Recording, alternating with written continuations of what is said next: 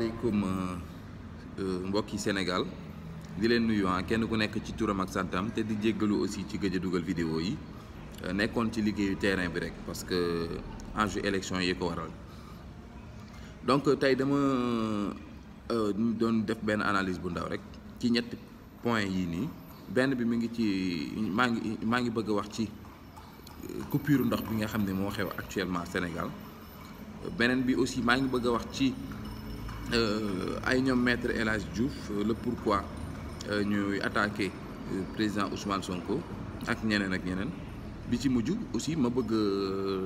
joxe analyse bu ndaw rek par rapport ak préférence su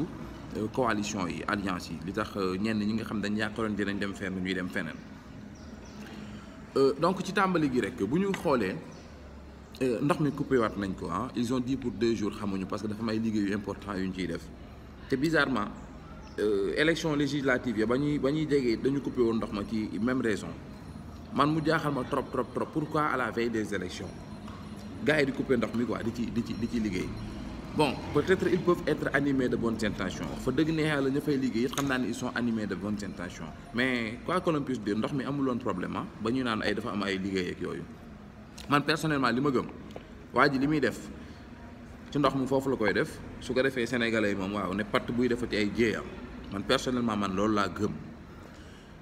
moo tax nañ def très attention bu ndox mi ñëwee bon dina jafe trop pour nit ñi bañ ko naan parce que Sénégal fii moom pauvreté bi àgg na foo xam ne ndox mu ñu naan sax c'est un problème mais man personnellement gëm naa ni la muy def mi ngi koy def ci ndox mi moo tax chaque fois bu élection jotee mu coupé ko parce que nit koo xam ne il est aussi impopulaire dans ce pays ñetti personnes yoo taxaw di waxtaanal ñaar ña bëgguñu ko élection bu jotee mu ñëw taxaw naan wéy dama koy gagné premier tour ay dóor la nenn nga mën def dóor ba nga eneen fenn foo jaar mais bii moom man gëw ma ni dina jàll incha allah bu soobee borom bi. beneen bi ma ñëw ci le pourquoi des gens comme ay maître El Hadj Diouf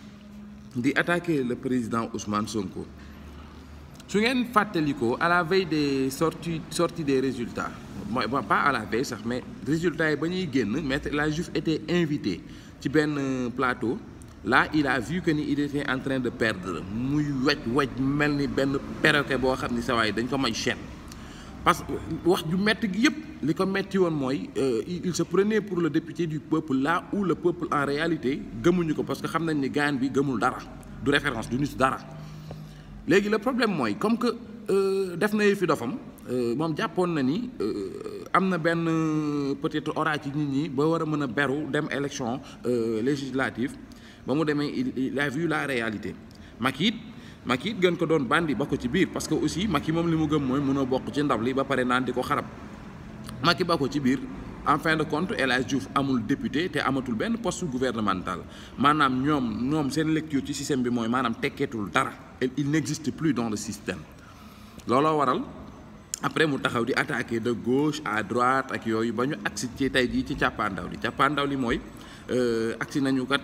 ci fin de mandat de Macky nga xam ni voilà ñoom seen système bii nii c'est l'occasion à jamais de ne plus exister wala c'est l'occasion à jamais de toujours persister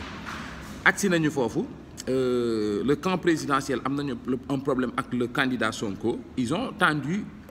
la main à maître El Hadj Diouf à ce que mu ñëw bokkaat donc coow li nii yëpp pour bokk la coow li nii yëpp nii fi mu toll nii ñëw di attaquer Sonko pour bokk la waaye barki Seydina Muhammad la muy wax gëmu ci dara la ci gëmul léegi bon comme que bokkut woon fi mu toll nii génnoon na ci te ku bokk xam nañ ni muy demee day neex dafa am ay privilèges yooyu am léegi dañ ko tendre la main à ce que mu bokk moom fi mu toll nii occasion boobu la ko Macky Sall may pour mu bokkaat ci affaire bi pour mu bokkaat ci pour lekk kaay gâteau bi loolu tax muy génn taxaw naan wooy ay WhatsApp ak yëfi dofam yooyu moom ci boppam moom au fond de lui quand il parlait ce li muy wax gëmu ci dara te di leen xool du def dara il va absolument rien faire sénégalais foog ñu xam dara gis nga gars yi bu ñu amoon lu toll ni tarfatal ayn ci Ousmane Sonko barki Seydina Muhammad du fanaan du bokk sax ci élection yi waa ji dafa leen jaaxal mais di ngeen nangu leen de jamono ju ne ci domaine bu ne yàlla dana ca wàccee ab sidikal akbar yàlla dina ci wàccee benn doomu aadama boo xam ni kenn laa la wax du xam kii fu mu fàqee kenn du ko xam yàlla mooy def loolu ci jamono ju ne léegi xeet googu nag dafa am ay signe yoo leen di xàmmee signe benn ci signes yi mooy loo def ci ñoom ci lu ñaaw da leen di dooleel loo def ci ñoom ci lu rafet da leen di dooleel donc dooleel leen rek mooy li war ndax yàllaa leen dooleel période am nag bu rombee nag moom romb na kenn mënatul wax ba kooku du suux c'est ça le problème d'ailleurs des Africains yàlla bis bu la tàccoo période ba mu la war a tàccu période boobu kenn mënut a tax ba doo féetee kaw mais période boobu bu jotee yow yaa war am sa maturité bopp xam ni période bi jeex na da nga war a gaaw wàcc sinon wàcc ga day ñaaw moo tax africain bu yéegee ci nguur souvent wàcc gi day ñaaw bu toogee ci donkaasi gi à un moment donné nekk par exemple le chouchou de tout le monde quand l'heure de partir arrive te demul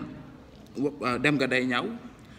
loolu tax souvent c'est relève gi maanaam jamono jooju yàlla dana andi keneen koo xam ne moo war a jëlaat xilaafa gi yow nga ni doo dem c'est ça le problème c'est ça le problème te kooku ala kulli haal dafa war a jël c'est dans tous les domaines way beeg yëpp waaw la preuve en est que le roi du mbalax au temps way ba muy toll ci digg dooleem way yam daan way ba tey dafa intemporel ba tey ji may wax ak yow ba yàlla ne moom mooy le roi ba tey ji way yooyu dafa intemporel boo ko way day mel ni boo ko dégloo day mel ni tey la ko way mais léegi bu génnee tey gannaaw suba du saf dara parce que sëñ bi nekkul yow yaay si di xal xabaru jamono jooju yàlla keneen la mais comme que ne ngeen kooku du yéeg seen dara dootul saf kenn ma ñëw ci Tunkara Mamadou Sy moom créé na fi Sénégal ca kanam ak yooyu nit ñi ñëw di andi seen i idées ak yooyu muy joxe ay idées yu pertinent di attaquer sax bon le régime et autres ñun on n'a rien compris le gars dem avec Defar Sénégal voilà ndekete waa ji wax ci dóor yëpp pour bokk la moom it pour bokk parce que ba ma juumul Macky ba muy woote fële pour gars yi waxtaan ci concertation pétrole beeg yooyu yaakaar su ma juumul je suis pas certain mais su ma juumul mais nga fa woon mais les questions yi ma xam ni jot naa ko ci yi ma yaakaar ni moom moo ko posé boo ko dégloo di nga xam ni en fait le but réel de ce gars là c'était pour bokk donc position ya mu daan tenir démb vaar leen ko comme on dit vidéo yaa ngi fii ngeen xool ak position yi muy tenir tey c'est diamétralement opposé cooli yëpp pour bokk la mais Macky dañ koy sant ci benn mbir gis nga élection yi nii bis boo ko ñàkkee c'est l'occasion bale bi maanaam ñoom ñëpp race boobu noonu fi jógee du tout de boor yëpp la race boobu di fa jógee di dem seen yoon sénégalais yéen laay waxal xeet gi ñu jàkkaar loolu du ñu ay référence nit koo xam ni référence la day am kàddu day dëggu day am lu mu gëm xool leen ko ci le cas Aïssata Tall Sall non kooku maanaam man jàpp naa ni moom moo waroon nekk la première présidente femme dans ce pays parce que elle en avait la caractère la capacité ak gëm-gëm bi dame de fer boobu ñu koy woowee dañ ko gëmoon barki rasulillahi gaa bu fekkee ne on a d'autres maanaam ñun ñi ngi ànd ak ñeneen mais kooku nit ñi dañ ko respecté woon quoi parce que moom doo ko dugal ci ñàkk fayda yi non dafa def yëfi dof politiquement elle vient de s'éliminer politiquement ndax lan ay pour bokk xanaa yàlla sedd laa gën a ay Macky sedd la nañ def yëfi dof quoi franchement toutefois nag moom am na liberté pour dem ànd ak ki ko neex mais ñun jàpp nañ ne bu àndoon ak boppam moom kott ci lay ëpp parcours am ci lay gën a sori beneen bi nag mooy man parti bi ma ci gën a neexal coalition yi ni muy demee fi mu toll nii Sénégal yeewu leen encore une fois yeewu leen je vais pas faire comme Assane Diouf di yuuxu di saaga naan yeewu leen mais yeewu leen dafa jot. gis nga dernier virage bi ñu toll ñëpp gis nañu candidat yi par exemple le candidat Ousmane Sonko gis nañ ni ñu koy attaqué di ko attaqué te 5 candidats la moom kott la gars yi di attaqué moom kott moo ci génnee benn programme boo xam ni macha allah quoi daf lay expliquer carrément ce qu'il veut pour le pays nekkul comme gars yi ni mu ko defee andi seen i bout de torchon def ci 4 lignes ñëw taxaw di sonal nit ñi mais man li ma jaaxal ci alliance yi man la majeure partie des gens. yi nekkoon ci opposition bi doon militer et il avait même bon dañu doon ñëw ci Sonko di ko wax naan way ñoo bokk vision voilà ñoom après ils sont allés avec Idi ma taxaw def benn taxaw seetlu tous ces gens-là étaient dans le système mais de l'autre côté ñu ñàkk pouvoir bi dem du côté de l'opposition du système entre-temps un anti-système il vient Ousmane Sonko cet anti-système-là nekk menace muy pour pouvoir bi comme pour l'opposition et je vais m'expliquer gis nga depuis Senghor ban type d'opposition la ñu amoon puusal ma toog nguuru puusal ma toog jël sama part ci gâteau bi d'ailleurs il y a certains d'entre eux yoo xam ne gouvernement bu ñëw ils vont s'adapter à toi Ils se réclament socialistes et pourtant ils sont dans le camp des républicains. D'autres se réclament républicains et pourtant ils étaient dans le camp des socialistes. Kon gars yi bu dee ay principe ak idéologie amuñu ko ndax gëmuñu ko donc lan la ñu gëm ban nguur moo nekk au pouvoir pour mën leen jox ñu noos. C'est le cas de Ousmane Tanor Dieng damay citer turam Macky force boobu ma ko jox d'ailleurs Macky Sall l'a dit si vous pensez que c'est Macky qui parle si vous pensez que su ma ñàkkee pouvoir bi vos trucs là vont continuer d'exister c'est parce que vous vous trompez wàcc leen dugg ci terrain bi wax ak nit ñi. Macky il sait que ne bu wàccee foofu Tanor Dieng dañ koy supprimer assemblée bii nii dañ koy dissoudre donc maanaam mi ngi leen di lancer ay alerte ne seen noosukaay yii nii bés bu ma wàccee day dàq donc le cadre de bokk bi ñuy wax mi ngi noonu ñoom kon dañ leen di sédd ci gâteau bi. léegi man sama problème mooy l'opposition il sait que ne si Ousmane Sonko prend ce pays mooy dëkk bi day tegu ci yoon ba jamais ay nguur ak tappale yooyu jeex na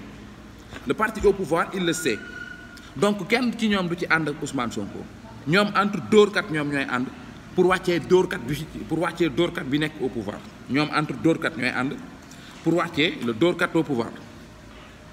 puusal ma toog bi may wax léegi comme que ñoom entre dóorkat ñooy ànd il espère entre dóorkat ñu dem deuxième tour après Sénégalais il aura le choix entre ban dóorkat la ñuy fal mais gis nga bis bu yàlla dogale Ousmane Sonko dem deuxième tour ak Macky Sall maa ko wax tey billaahi man personnellement gëw ma ni du ma waat nag ni noonu lay demee man gëw ma ni ñoom dinañ ànd ak Ousmane Sonko gëw ma ko te bu mu bett benn sénégalais bu ngeen leen gisee ñuy dem di ànd ak Macky Sall ñoom bu mu bett benn sénégalais nag ñii duñu ay nit ce qui les intéresse mooy naka la ñuy def pour continuer pour nguuru mais ñoom ku leen bàyyee ñu naan ñoom ñu toog am fitu taxaw naan waaw Sénégal franc CFA bi baax na. te gor buy gor xam luy monnaie xam ni franc CFA du monnaie devise la franc CFA du monnaie devise la